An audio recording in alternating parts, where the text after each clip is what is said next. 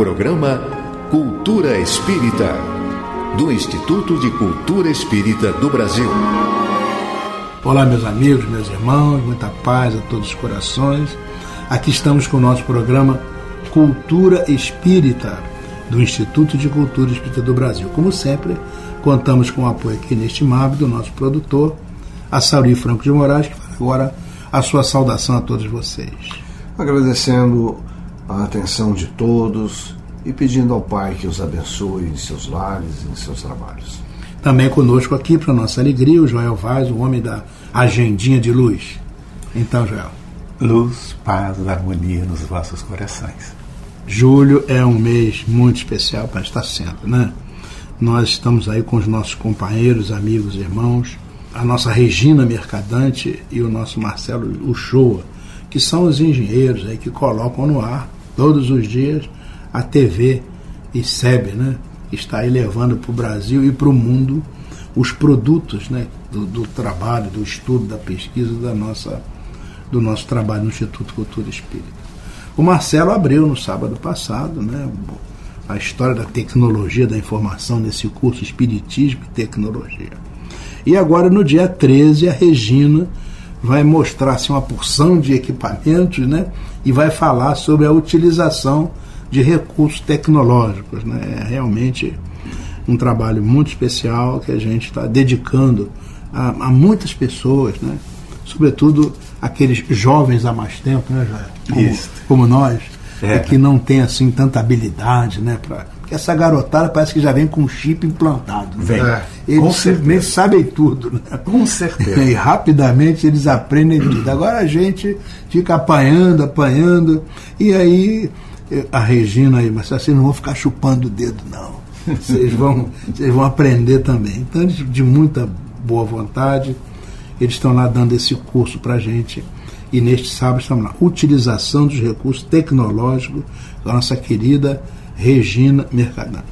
E também neste sábado, isso é 1h30 da tarde, 1h30 às 3. E a partir das 3 horas até às 5, aí o Assaruí, você vai estar lá, né? Falando sobre redes. Tem tudo a ver, né, com essa coisa de tecnologia da informação, né? Sustentabilidade da vida. O Assaruí, dentro dessa visão de julho, que nós colocamos assim, os chamados tópicos especiais em que a gente quer navegar nas fronteiras do conhecimento, né? Então o Assaruí estará lá. É também da sua área de estudo, né? Da minha área de estudo. Área profissional.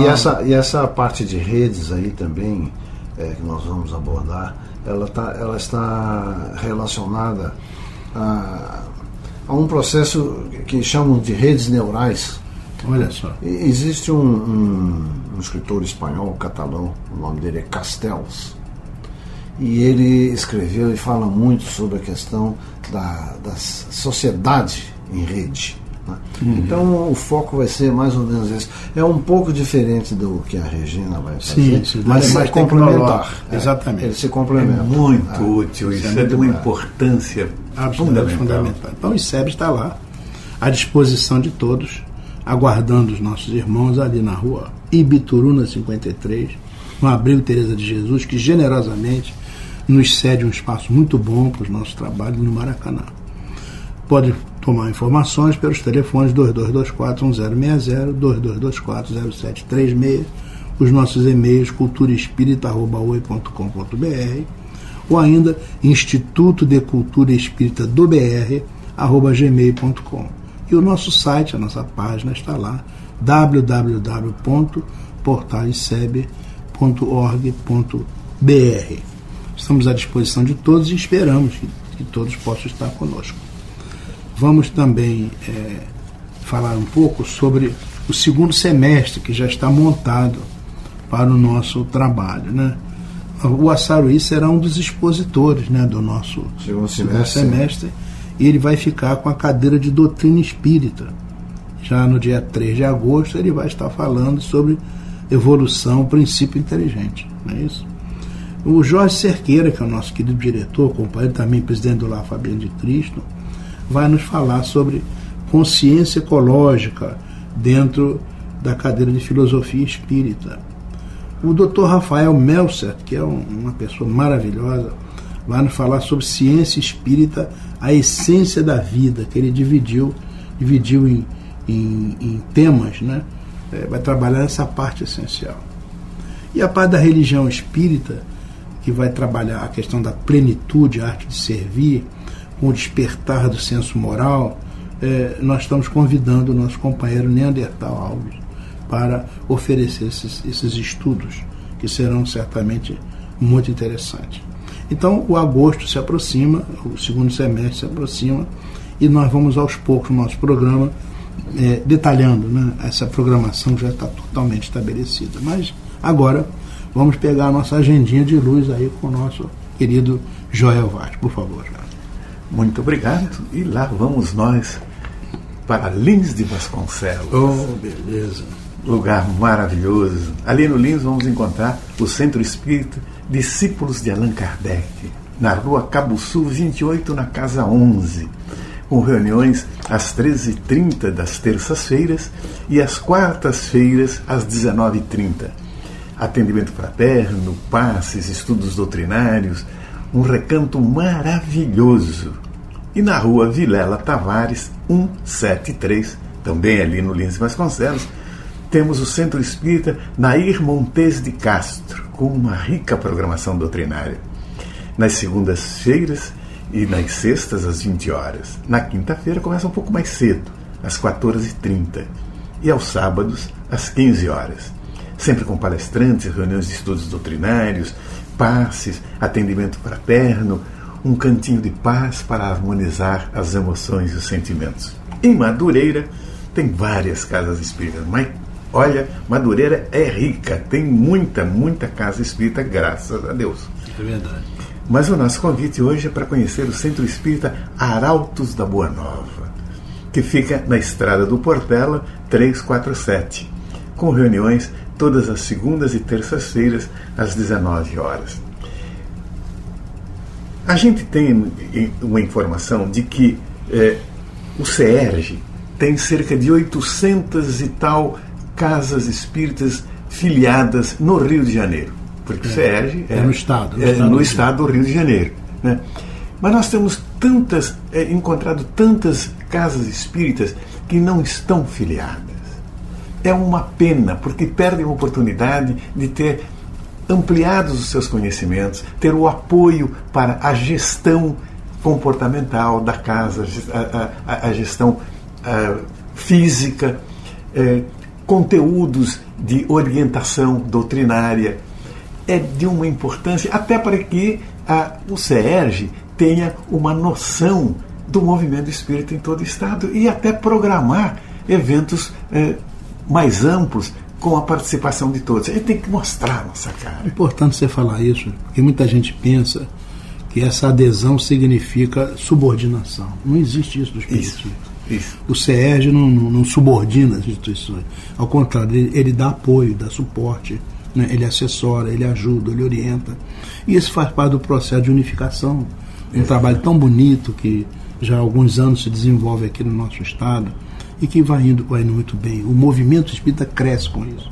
E fica, então, portanto, a sugestão, como você coloca muito bem, né, de que essas casas que não aderiram ainda, que o façam, porque elas só têm a ganhar, não tem nada a perder. Exatamente. Uma chegadinha ali na Rua dos Inválidos, 182, no centro do Rio de Janeiro, e vai ter uma surpresa. Bom, nós temos aqui mais um novo espetáculo de teatro montado em São Paulo. A doutrina espírita sendo divulgada através das artes. Sonho do Augusto César Vanucci, que está trabalhando, segundo Divaldo, no mundo espiritual, na montagem de um grande projeto de divulgação da doutrina através das artes, que brevemente, segundo Divaldo, ele estará reencarnando, trazendo consigo no bojo esta missão. Maravilha. Promessa que ele já fazia encarnado nessa última encarnação ao Chico, e fez o Além da Vida, e o próprio Teatro Vanucci, não é isso? E esse espetáculo foi montado em São Paulo pelo grupo Rama Cria Produções de Ribeirão Preto. Eles adaptaram o livro Renúncia, de Emmanuel, psicografado pelo Chico, e fizeram um espetáculo teatral maravilhoso e tem uma complementação no título, né? Um amor de renúncia. A adaptação foi feita pelo Alberto Centurião e a direção é da Luciene Cunha. As notícias que chegam de lá é que o espetáculo é maravilhoso. E, aproveitando só esse finalzinho da nossa agenda, lembrar que o Renato Pietro convida as casas espíritas para irem até lá e armarem com ele espetáculos beneficentes para essas casas espíritas. É no Teatro Leblon, encontros impossíveis. Muito bom. Não deixem de perder. Um lindo dia para todos. Tá certo. Vamos então a um breve intervalo e daqui a pouco retornamos, se Deus quiser. Instituto de Cultura Espírita do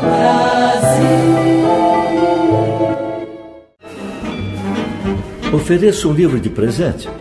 Sugerimos a obra Minhas Memórias Alheias, do professor Celso Martins. Com bom humor e sabedoria, o autor comenta fatos do movimento espírita e revela detalhes dos principais divulgadores da doutrina de Kardec.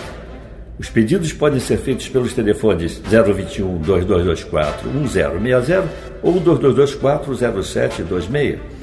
Os livros serão entregues pelos Correios ou podem também ser adquiridos na loja do ICEB.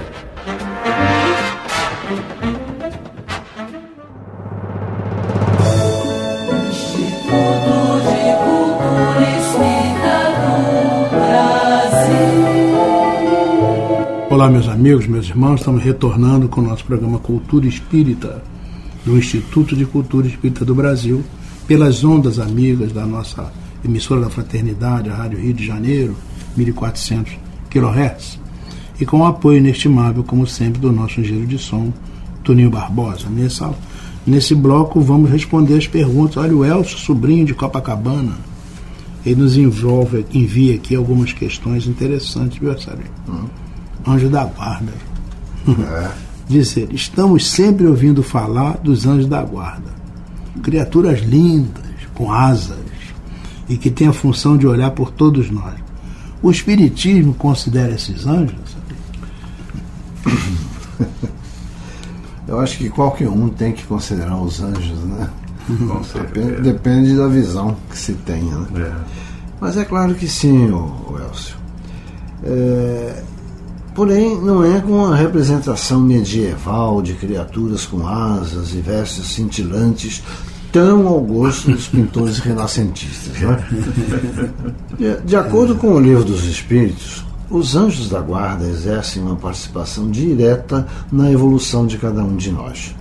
Eles são espíritos protetores que nos acompanham e nos auxiliam em diversas encarnações. Embora dificilmente se manifestem para seus protegidos, eles estão sempre em atividade para lhes dar forças nos momentos difíceis. Os anjos da guarda, eles são espíritos mais evoluídos do que aqueles a quem acompanham e não medem esforços para tentar encaminhar seus protegidos para o bem. A relação de amizade e de lealdade, né, que estabelecem, ela nasce da vivência espiritual de cada um. Algumas vezes, os anjos guardiões, eles podem ser espíritos de familiares que já desencarnaram, mas que na maioria dos casos são espíritos amigos que trabalham por nossa evolução. Nós, como você deve saber, temos uma família espiritual. E o espírito protetor surge desse grupo de espíritos simpáticos que estão sempre por perto. Nas adversidades ou nos momentos de alegria, os nossos protetores se fazem presentes. Suas orientações podem até passar desapercebidas no dia em que algumas pessoas que as recebem como se fossem sensações meramente intuitivas. Quantas vezes a gente não ouve falar assim, me deu um estalo, né? Eu fiz tal coisa, eu pensei tal coisa, né? Ainda assim, a regra vale para todos. A influência dos anjos guardiões não delimita nossos atos e sequer nos impede de decidir qual o caminho de nossa preferência. Ou seja, não interfere em nossas escolhas e decisões, em última análise, em nosso livre-arbítrio. Então, utilizar esse livre-arbítrio faz parte da evolução espiritual. Por isso, cabe a cada um de nós tentar compreender as mensagens positivas e negativas que lhes digam respeito para encontrar, assim, a melhor maneira de superar cada obstáculo que surge no caminho. Para isso, é preciso estar sempre atento a fim de impedir que influências ruins atrapalhem essa jornada. Os nossos anjos, eles nunca nos abandonam, mas eles podem se afastar de acordo com a condição de cada um. Se a sua vibração estiver muito baixa, outras entidades inferiores podem acompanhar seu pensamento. E, quando protegem uma pessoa muito negativa, ou que blasfema muito, por exemplo, os espíritos protetores se distanciam, mas nunca deixam de observar seus passos. Quando você realmente precisar, ele estará ao seu lado para acompanhá-lo. É por esse motivo que vêm as observações com relação a pessoas muito negativas, a pessoas muito que reclamam de tudo, que enfim, tem mau humor. Tudo isso são fatores que geralmente afastam, ou pelo menos distanciam um pouco o anjo da guarda, ou o espírito protetor, como a gente pode melhor qualificar, e com isso abre-se as portas vibratórias, as portas da influência para os irmãos negativos, os irmãos inferiores, aí mesmo que a coisa desanda, né? Olha, os nossos amigos protetores, meu prezado, estão sempre em sintonia conosco. E para acessá-los, Kardec nos sugere uma prece bem simples, conforme está no Evangelho segundo o Espiritismo, e que eu vou repetir agora aqui para você, que é, se você puder nos acompanhar, até para ajudar a equilibrar o seu pensamento. Espíritos esclarecidos e benevolentes, mensageiros de Deus, que tendes por missão assistir os homens e conduzi-los pelo bom caminho, sustentai-me nas provas desta vida. Dai-me a força de suportá-la sem queixumes. Livrai-me dos maus pensamentos e fazei que eu não dê entrada a nenhum mau espírito que queira induzir-me ao mal. Esclarecei a minha consciência com relação aos meus defeitos e tirai-me de sobre os olhos o véu do orgulho, capaz de impedir que eu os perceba e os confesse a mim mesmo. Então, essa é uma prece que foi sugerida por Kardec e ela consta do Livro dos Espíritos. Do Evangelho. Perdão, do Evangelho. Na verdade, é muito generosa essa teoria, né, dos anjos que nos amparam, que nos inspiram, que nos orientam, que nos ajudam. Isso mostra uma feição muito bonita do que nós chamamos consolador. Significa que nós nunca estamos sozinhos, nunca estamos desamparados, não estamos largados assim. Há sempre um espírito bom cuidando da gente. Agora, esse cuidar não é uma intromissão, né? É preciso que a gente queira. Ele está ali para nos ajudar, está orando por nós, vibrando por nós, mas se nós não acolhemos no nosso coração essas vibrações, na verdade acaba ficando um pouco complicado, né? Mas o nosso irmão aqui pergunta ainda se nós somos seres espirituais e imortais. É isso mesmo, meu amigo. Diversas crenças, elas asseveram que somos seres espirituais, tendo experiências humanas. E isso é verdade. Nós somos seres espirituais realizando experiências na Terra. Ao término de cada reencarnação, retornamos à pátria espiritual para sermos avaliados pela justiça divina através de nossa própria consciência.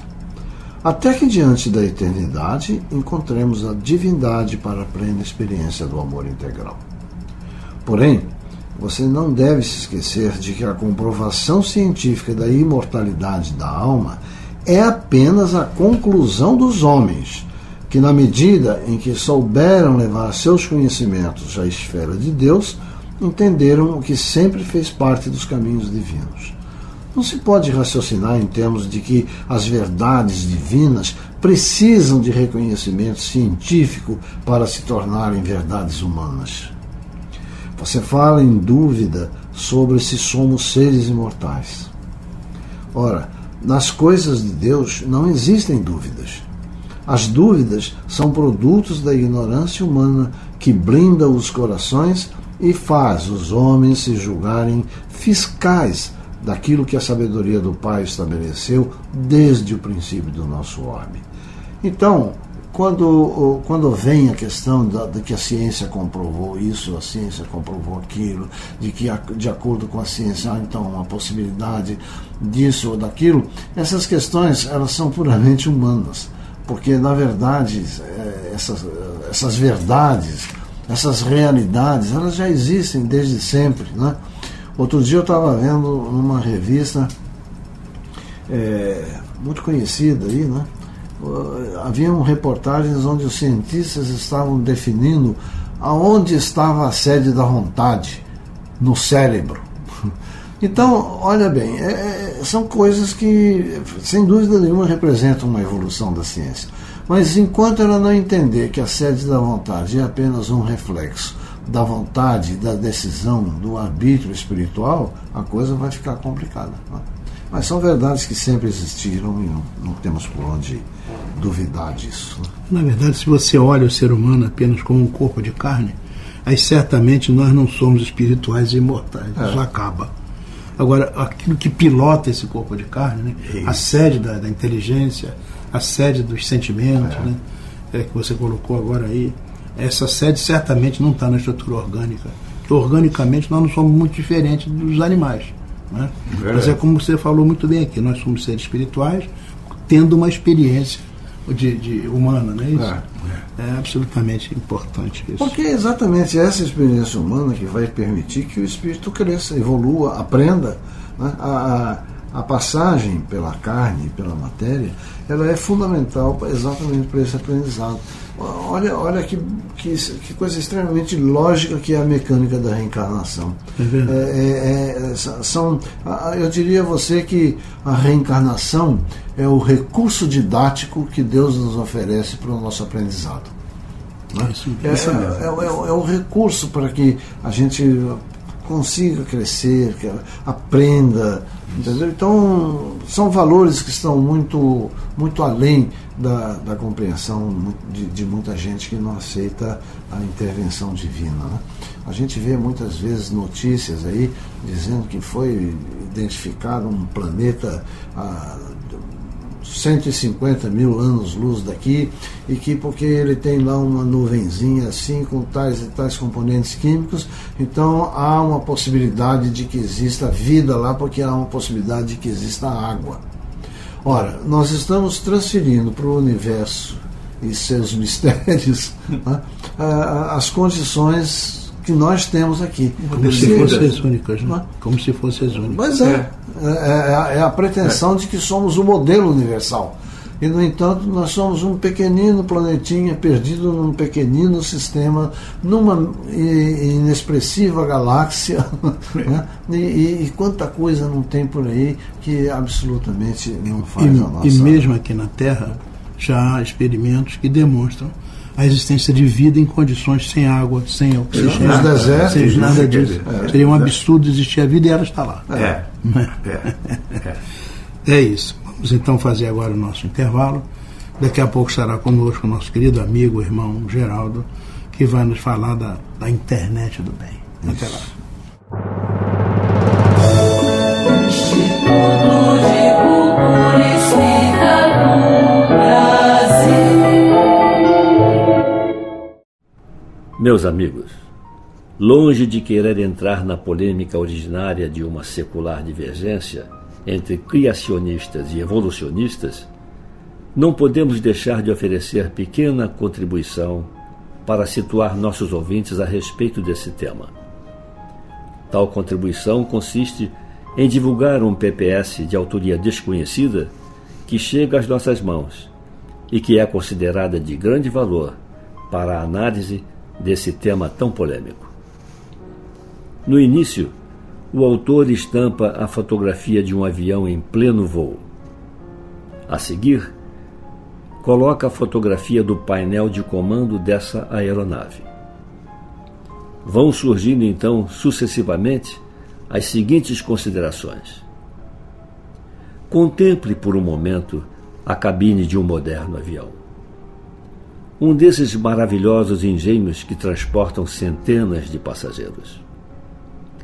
Certamente, deve ter exigido muito gênio e técnica e sabedoria para a construção dessa maravilha, não? Se alguém dissesse que o avião e sua cabine não foram planejados, mas que surgiram assim por si mesmos, ou por mero acaso, ou ainda como fruto de uma coincidência, como reagiria a equipe de engenheiros, designers e cientistas que o construíram? Depois de breves segundos, para possibilitar uma reflexão, os exemplos vão se sucedendo.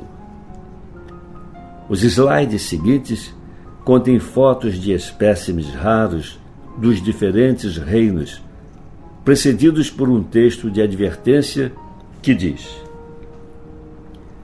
consideremos agora algumas das maravilhas que existem na natureza.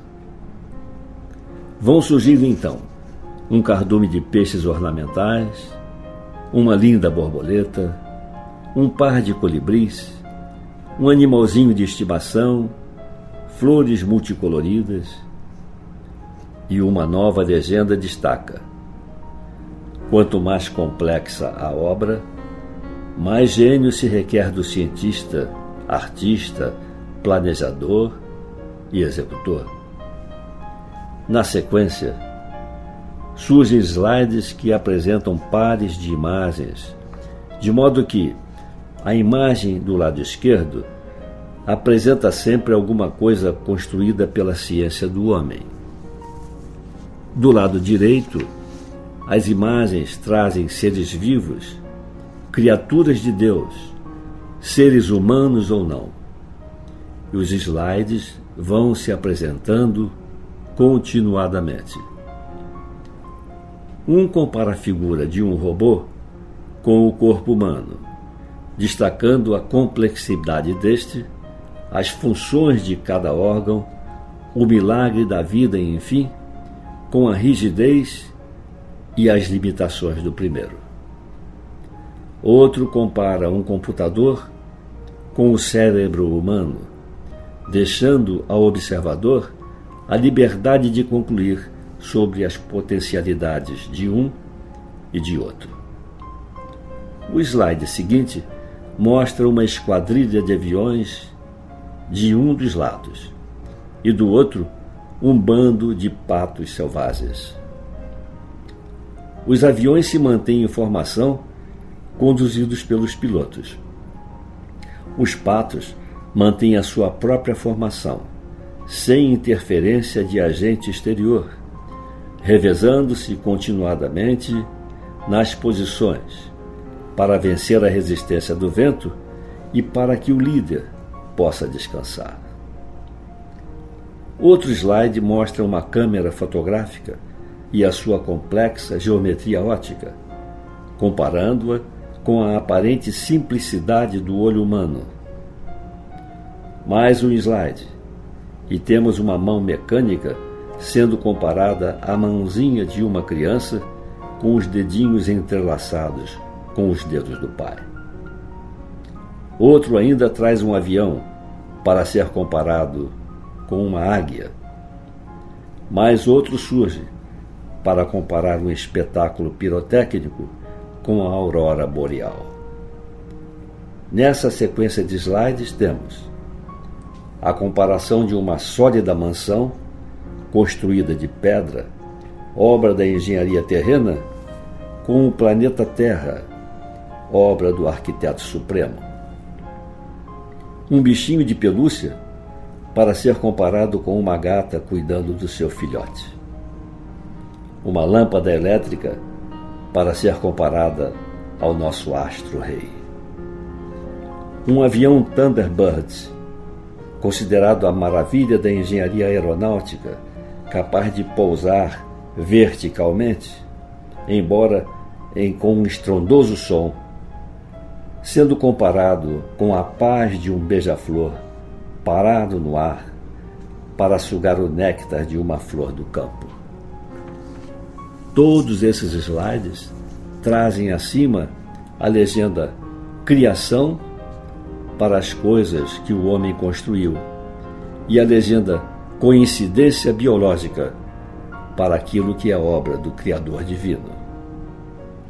Finalmente, o autor conclui: nossos agradecimentos, cumprimentos e aplausos ao grande arquiteto do universo, inteligência suprema, causa primária de todas as coisas. O Senhor nosso Deus, nosso Pai e Criador Supremo. Meus amigos, agradecemos a gentil atenção e nos despedimos, desejando a todos uma semana de muita paz. Assim, meus amigos, meus irmãos, chegamos ao final do nosso programa, muito agradecidos pela sua atenção e desejando uma semana de muita saúde, muita alegria, felicidade, muita paz. Nossa Saruí, por favor, para as suas despedidas. Também para agradecer a audiência, o carinho, a atenção e desejar a todos muita paz nessa semana que se inicia. Então, até a próxima semana, neste horário, se Deus quiser. Pela Rádio Rio de Janeiro, o Instituto de Cultura Espírita do Brasil apresentou Cultura Espírita.